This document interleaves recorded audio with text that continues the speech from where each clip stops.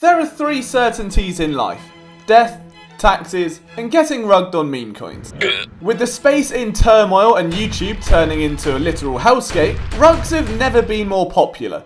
But there are ways to avoid them altogether, and some hidden tools that you can use to make sure that it doesn't happen to you. And a common lie that most crypto influencers will tell you that simply doesn't work. Before you play the game, you need to know how it's played. How many ways can you get rugged on Solana? More ways than you can make a cup of tea. But why are there so many? Over 30,000 coins per day are being launched on Pumpfun, and if that surprised you, then buckle up. 85% of the tokens launched daily on Pumpfun are still on Pumpfun. Only 1,137 made it off of Radium, and 5 of those ran to over $1 million.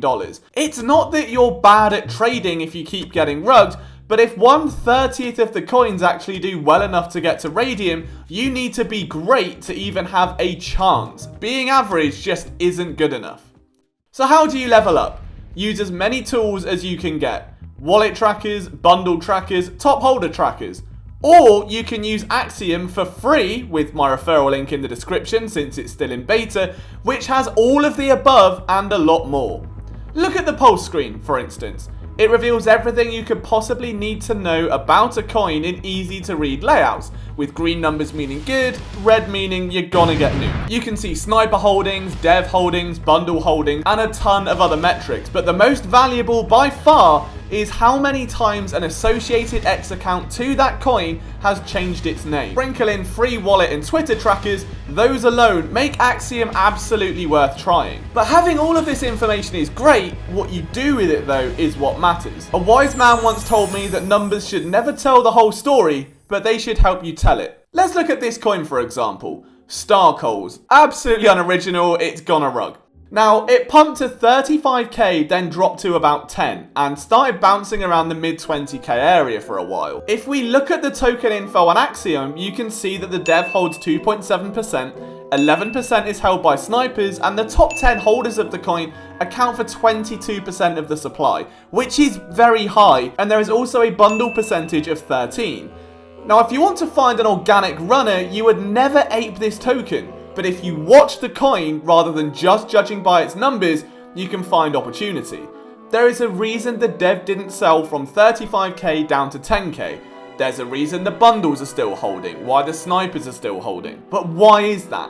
This is where interpreting the data, rather than just assuming that every coin that looks like a rug, is important. Now, will it rug? Almost definitely. But if it was going to do it on Pumpfun, they would have done it at 35k. It's clear that there is belief somewhere that it's going back up. Over the next 10 minutes, the coin begins to pump.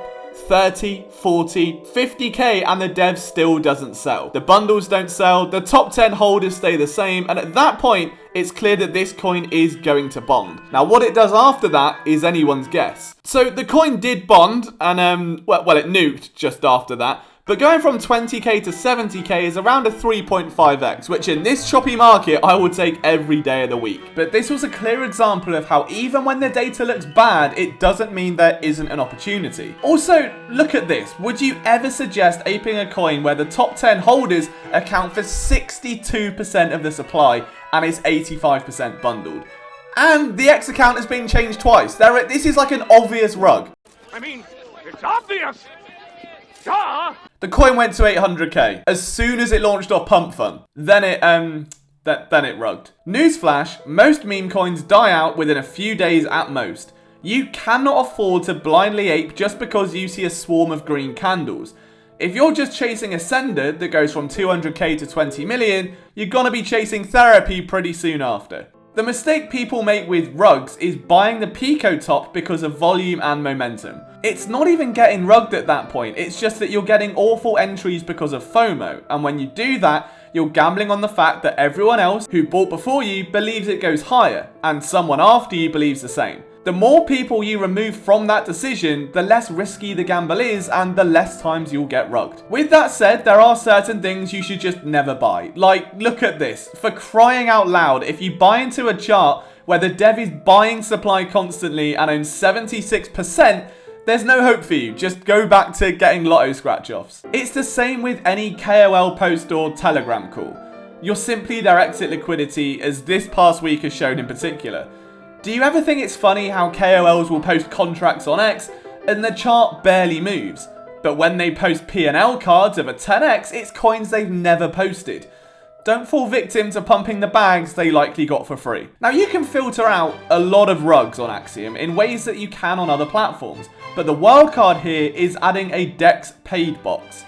No longer do you have to constantly refresh dexpaid.xyz or a Telegram bot. You can filter coins where the payment has already been made. Regardless of what I'm filtering, I always have this turned on, because if someone is willing to commit to paying for DEX, there's a belief the coin will graduate. Now, it might not, but I will take any added sentiment I can get when scanning in a world of rugs. How about that lie that I mentioned? A lot of people focus on filtering coins by volume, market cap, max devs holdings, and all of those good things. Like, there are endless posts on X telling you exactly how to find the next 100x, and they're all complete lies. The truth is that rugs come in so many shapes and sizes that you're never going to filter them all out. Your best bet is to honestly study the types of coins that hit Radium and build filters around those. Then study the data that Axiom gives you to work out if you should buy the next one or not. Every filter on its own is going to be flawed. If you want to go by volume, bundles, and even bump bots are going to manipulate that. Price can be inflated by bundles, and holders is probably one of the only lone filters you can go off.